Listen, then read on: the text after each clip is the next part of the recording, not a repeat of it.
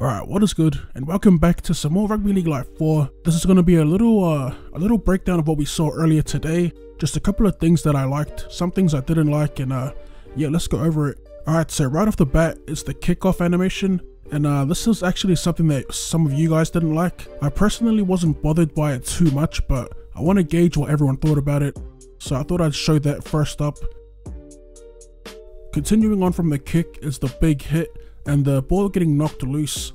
It happens quite a few times in this game, and for some people I think it happened a few too many times, but you have to keep in mind that this is on the easiest difficulty. It's awesome to see it in the game finally, and it kind of looks like that speed and the fact that he was going to pass the ball had something to do with the spillage. So yeah, that big hit and spilled balls in the game looks pretty awesome in motion. Alright, next up we'll be talking a little bit about the AI.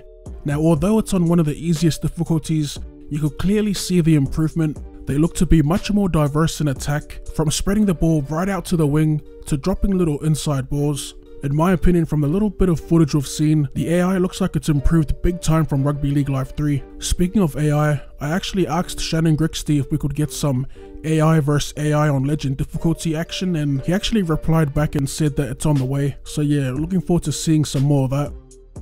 Alright, next up we'll be looking at the kicking, and in my opinion it looks smoother. There's actually been divisive feedback on the kicking, and some of it has to do with the fact that there's no kicking marker or no marker indicating where the ball's going to land, and in my opinion it's personal preference really. I don't mind it, I actually like the challenge, but I could definitely see why this may annoy some people. Alright, next up we got something a little minor, and it's this little fend here that grounds the tackler. This is just a personal preference for me, and I personally don't like the dramatic looking fends and the dramatic looking trucks or bumps. You know how when they bump them off and they go flying in the air? Stuff like that I could personally do without. And also, another little minor complaint is the commentary. If you go back and watch the video, it sounded like they barely said player names, but that's another minor little thing. I might have it turned off when I actually play, but I felt like the commentary sounded a little more stagnant than it used to in Rugby League Live 3.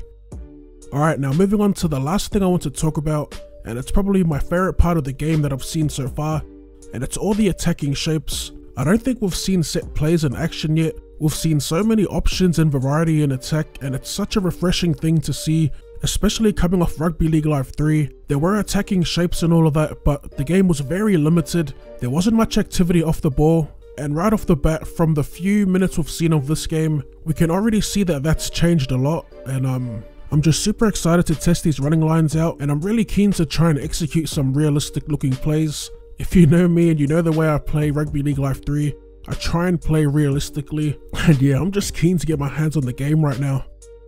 Alright, so real quick before I get out of here, another little thing I wanted to show you guys were these little stat sheets that pop up when you score a try and even before you take a conversion.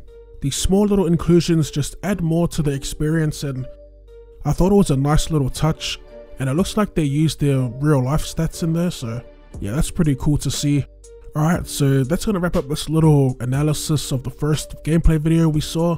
I know it was a little all over the place, but all in all, I'm still super excited to get my hands on a copy of the game. There were a couple of minor things I didn't like, but I feel like with time, I'll eventually get over those things. I want to thank Press Start Australia once again for supplying us with this footage, and I want to know your guys' overall thoughts on the gameplay that we saw. Are you still excited for the game? If you're unhappy with anything, let me know in the comment section below. Let's get some discussions happening. And yeah, as always, drop that like button for more content. Thank you for tuning in, and I'll see you later. I've been in the gym so long.